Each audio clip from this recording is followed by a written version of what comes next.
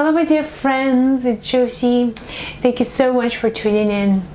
In today's video I want to talk about friends, or so-called friends, who are energy vampires. These are the people in your life with whom you're very friendly, you interact, you communicate, you spend time with, but feel drained. And it's not just one-time occurrence, it happens every single time you're with them. So I put together sort of 5 ideas that will help you identify if your friend is an energy vampire and how to deal with this. So stay with me.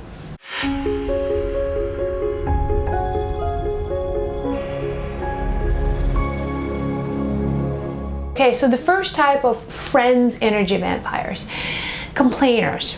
So those who complain to you all the time. People don't respect me, people don't love me, you know, all of these bad things happen on and on and on. So remember, every time you say, oh, it's okay, as long as you're empathically listening. And our friends can go through some really difficult times and they will need your support. I'm talking about a completely different type of people who are just constantly complaining. They're extracting energy on the pity of other people, so on empathy of other people. So if you're always kind of listening and empathically giving them energy, remember this is exactly what they want. So you have to kind of put the boundaries and say, well, if you're not changing your life, I cannot take that complaining anymore. Either you start really working on yourself, you're starting, making some changes in your work or in your relationship. I refuse to participate in this. I refuse to listen. I'm wishing you well, let me know what I can do, but this is it. I mean, I will stop paying attention, I will stop listening. So we kind of set the boundaries with them.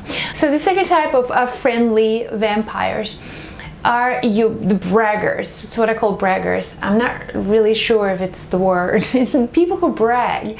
It's constantly, look at this. Oh, such a beautiful thing, that I have. Just check it out.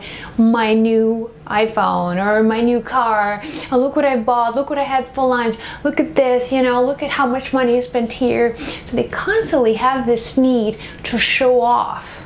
So your jealousy, it's what they're feeding off. So your emotional kind of desire to, just that internal anger that you generate by looking at them, saying, you know what, really?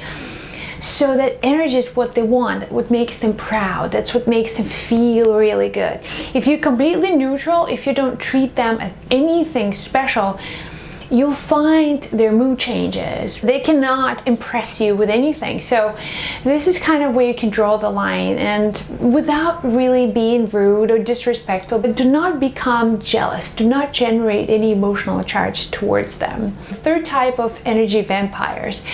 These are like small favor people, and you know exactly who they are. It's like, can you please do me this favor? Thank you so much. You're such a kind person. I can only ask you this, nobody else.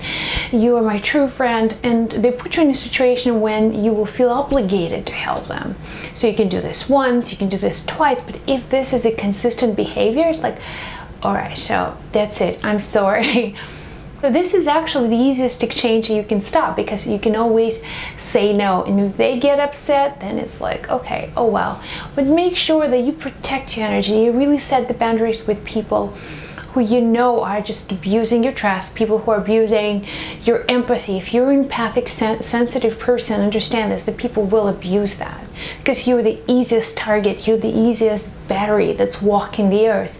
I can just plug into you, I can dump my emotional weight on you, you will listen to me, you will help me, you will do what I want you to do, and you will feel like crap, but I will feel great because I just sucked that life out of you.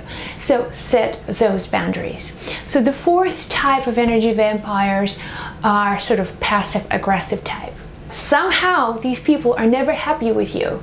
They don't say anything rude. For example, I'll give you an example. Recently I bought just a nice athletic gear. I spent a lot of money on it. I'm not into clothes at all, certainly not into anything as athletic, but I thought I'll treat myself. So I bought a really nice looking jacket, and one of the people with whom I work out, a nice woman, she walked up to me one day and she said, that's a really nice jacket, but you know what, just touching it and kind of feeling it. But material is so cheap. You know, I would never ever spend so much money buying that. So, you know, I'm pretty easy and I would not make a big deal out of this. But if this person was my friend, if that everything I do makes me feel inferior, so I'll have to either stop communicating with them, or I'll have to do something about it, because I don't want constantly be reminded about what's wrong with me and how other people are better than me. So understand that it has to be an equal exchange of emotions. Somebody who's supporting you, that's wonderful. But if somebody consistently puts you in a position of inferiority, that's when you have to draw the line. All right, so then finally, gossipers, people who gossip. Oh my God. This is kind of the girl talk kind of business, but I know I've seen men gossip too. So please understand that the energy of gossiping is hugely negative. It's almost like the poison that's inside and outside. Speaking about somebody else's problems to other people, it means bringing in negativity into other people's minds, other people's homes, other people's energies. So do not participate in that circle of gossiping. Stop it right there. And remember, the person who's gossiping to you about somebody else will likely to be the same person who will gossip about you to somebody else. I hope this makes sense. So do not become part of this. Really kind of say, well, that's not my business. I don't want to talk about it. Period. I just don't want to talk about this person. I wish them well, I wish you well, but I'm refusing to be this chain of gossiping. So guys, please, this will really make your life a lot easier. Don't complicate yourself. Don't drain yourself. Don't get yourself into this draining relationship with gossipers. All right, you guys, here you have my 5 tips on how to recognize a friend who's an energy vampire. I think that was the original title of this video. I'm not even remembering anymore, but anyways, I hope you enjoyed it. I hope it was helpful. You can put the comments below and let me know what you think, or if you have any questions, do write to josiegrouse@gmail.com. Thank you so much for watching and for subscribing to my channel. I'm always here for you guys. Much love, and I'll speak to you in the next video.